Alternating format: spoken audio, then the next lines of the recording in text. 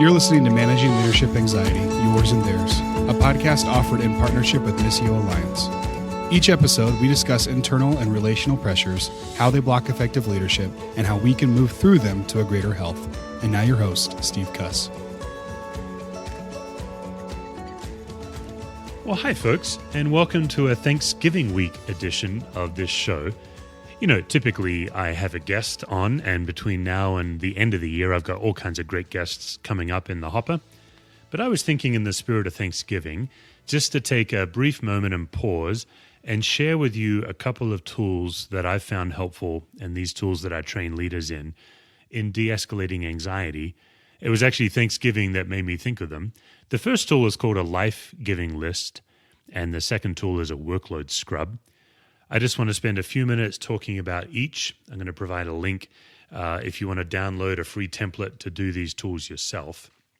Because, oftentimes what we do on this show is we talk about sources of anxiety, we get into family systems theory, we get into all these technical details.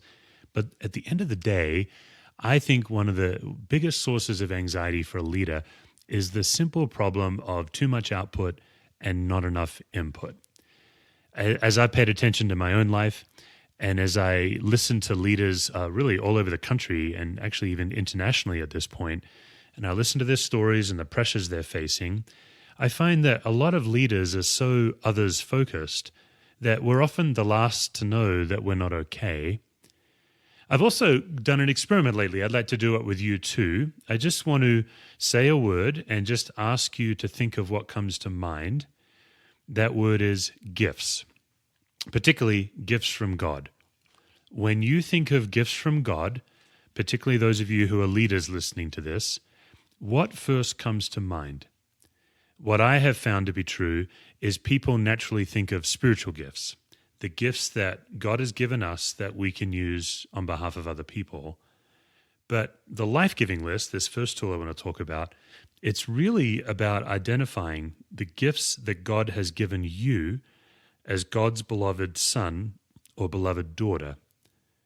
I think one of the biggest sources of anxiety for any leader, and this has been a lifelong struggle for me, is that we tend to relate to God more as God's employee than we do as God's child. It's like we conflate or we confuse our identity as a beloved son or a beloved daughter of God with our work as an employee of God.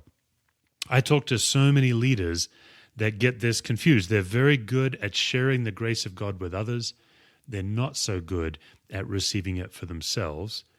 And I think what we tend to do is we see ourselves too much as conduit and not enough as recipient. We see ourselves too much as somebody like a vessel, like a jar of clay, to use a Bible term, that God is using to pour through us to others, but we often don't consider the gifts that God has just given us.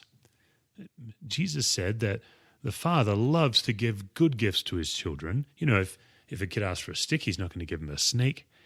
And yet I think one of the problems of leaders is we pass those gifts on to others. So several years ago, it was actually in 2016, I got fed up with this lifelong battle of relating to God more as an employee and not enough as a child.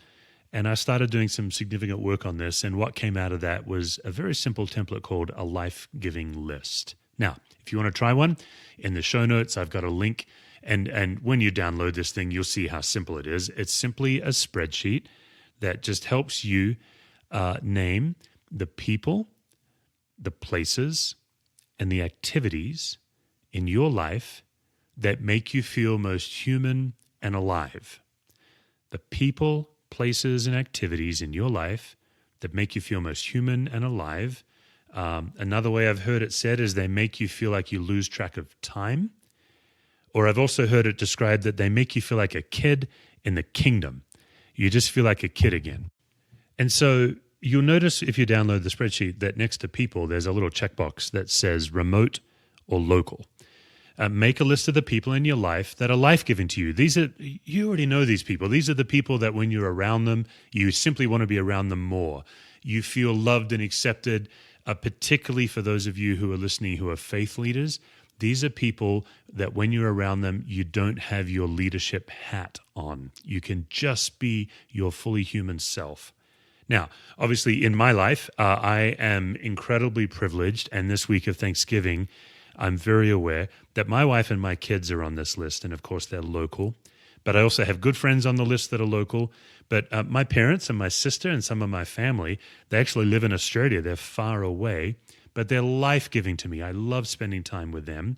And that's why on the checkbox, it's remote or local. Just get clear on where these people are.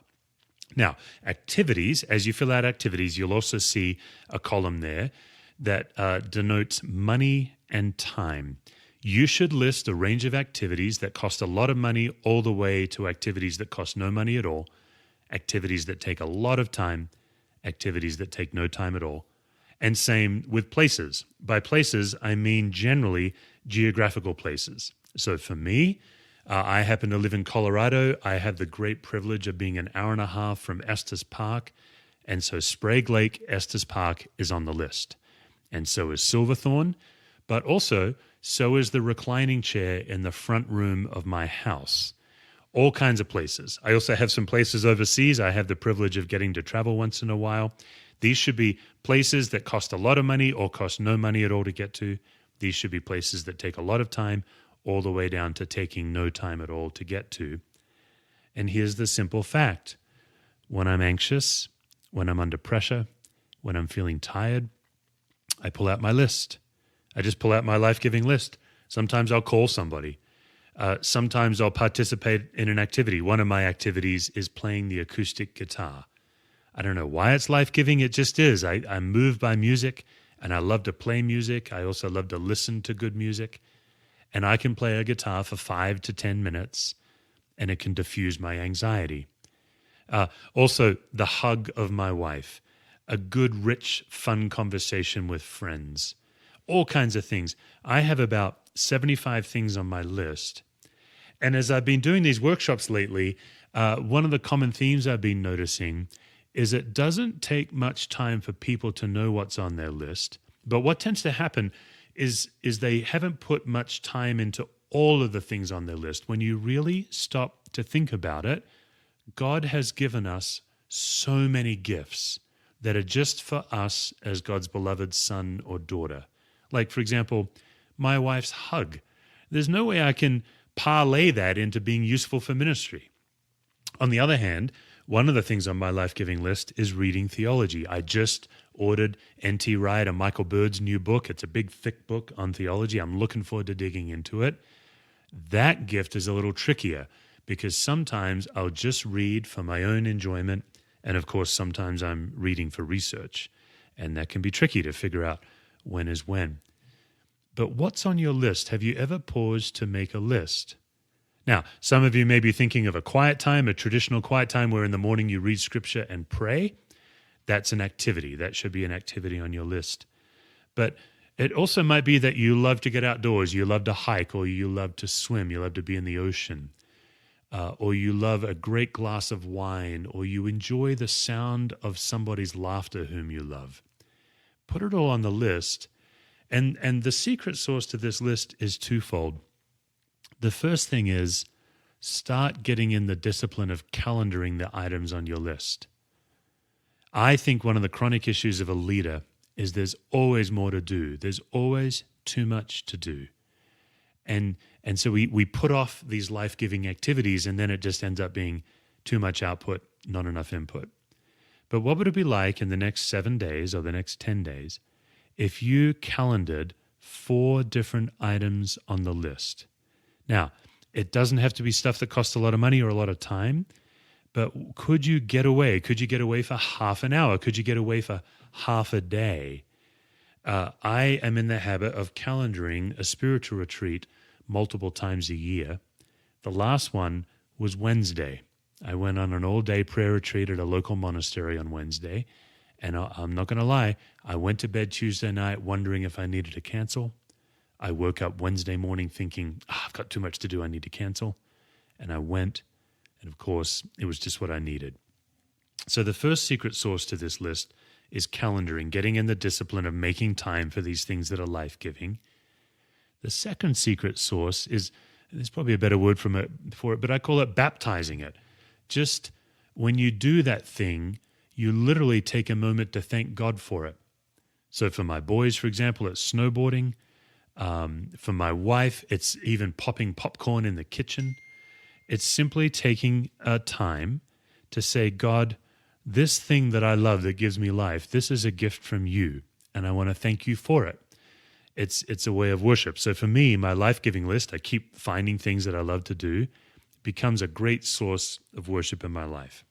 So I've got a link in the show notes, or you can just go to my website, stevecusswords.com, and click on videos and other resources. You will see some paid resources there, but the life-giving list, if you scroll down, it's simply a free template, either in the Numbers or in the Microsoft Excel, and it's just a nice spreadsheet where you can start filling out your own list. I'd encourage you to do it this Thanksgiving week. The second tool, I'm just going to spend 3 or 4 minutes talking about it because it's so simple. It's called a workload scrub. It's also on my website. It's also a downloadable template. One of the sources of anxiety for a leader is over time, because we tend to do whatever's needed for our organization, we end up taking on too much. The breadth of our role is too broad.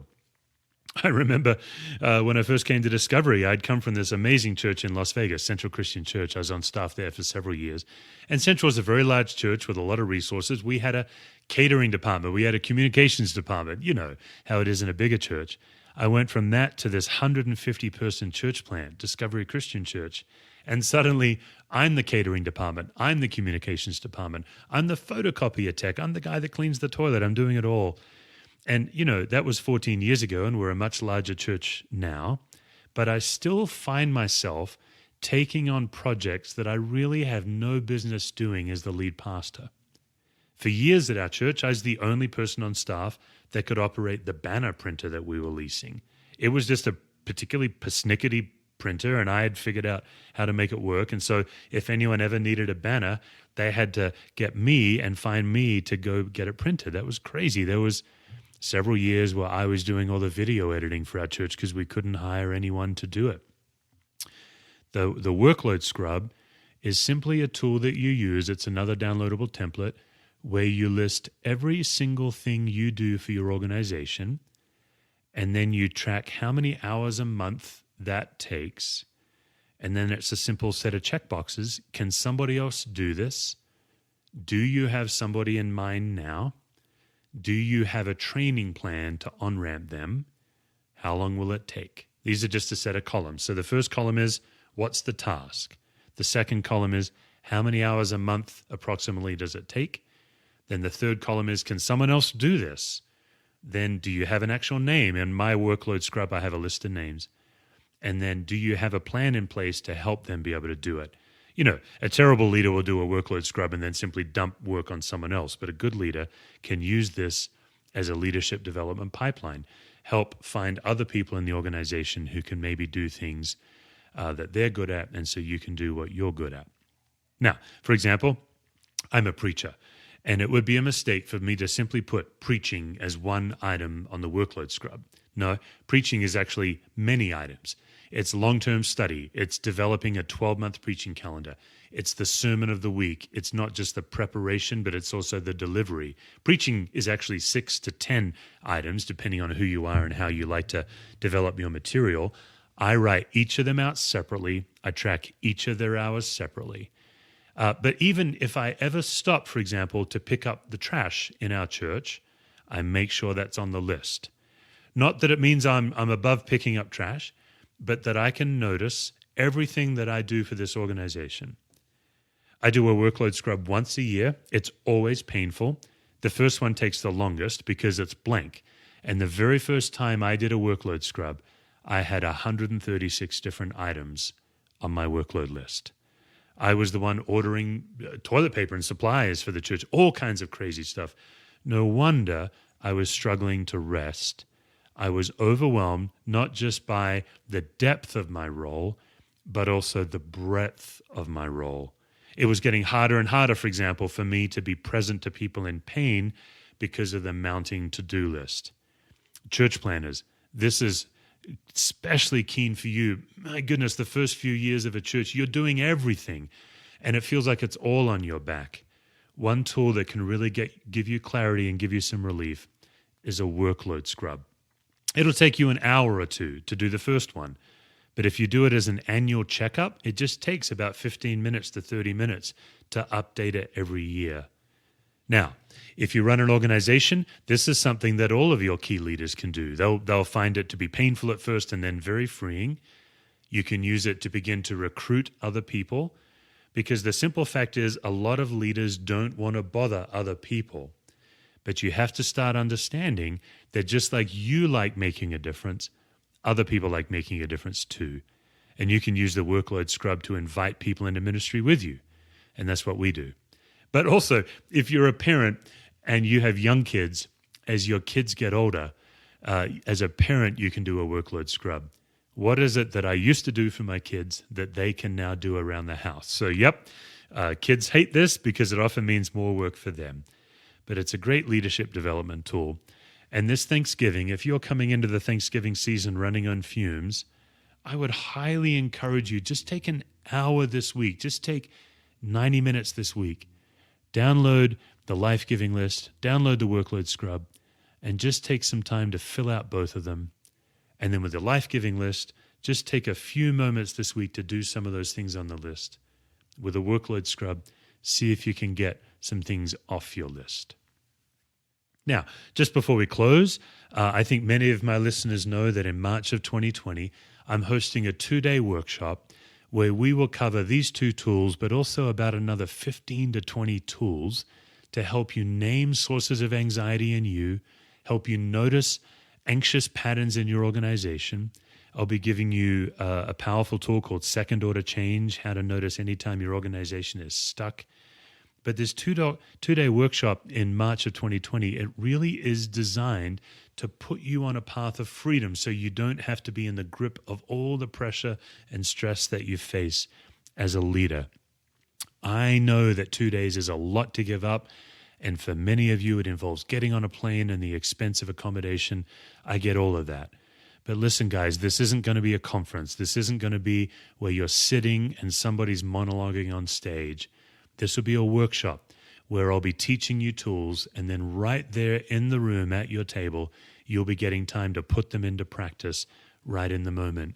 And while the 2 days won't be the end of your journey to freedom, it will be an intense beginning of the journey of a whole new way of living. So if you're tired of being tired, if you're tired of worrying all the time, or you find yourself waking up, if you find yourself spinning and not making progress, if you feel stuck as a person or in an organization, if you're better at sharing the grace of God with others than you are with receiving it for yourself, I would highly encourage you to come to this 2-day workshop. I think it has a real opportunity to have a breakthrough for you. Of course, I can't promise that it'll change your life, but I can promise that you will experience some tools in the moment, and then you'll come away with a good set of tools that you can start operating on your own or with your team. Early bird rate ends before Christmas, and now's the time to get the best prices for the tickets. You can go to my website, stevecusswords.com, or you can also click on the link in the show notes to go directly to the page for more information about the workshop. All right. Thanks, everyone. Happy Thanksgiving for my North American listeners. For my English and Australian and global listeners, I hope you have a great November, and I hope the peace of Christ reigns in your life this week. For more resources, visit stevecusswords.com or missioalliance.org.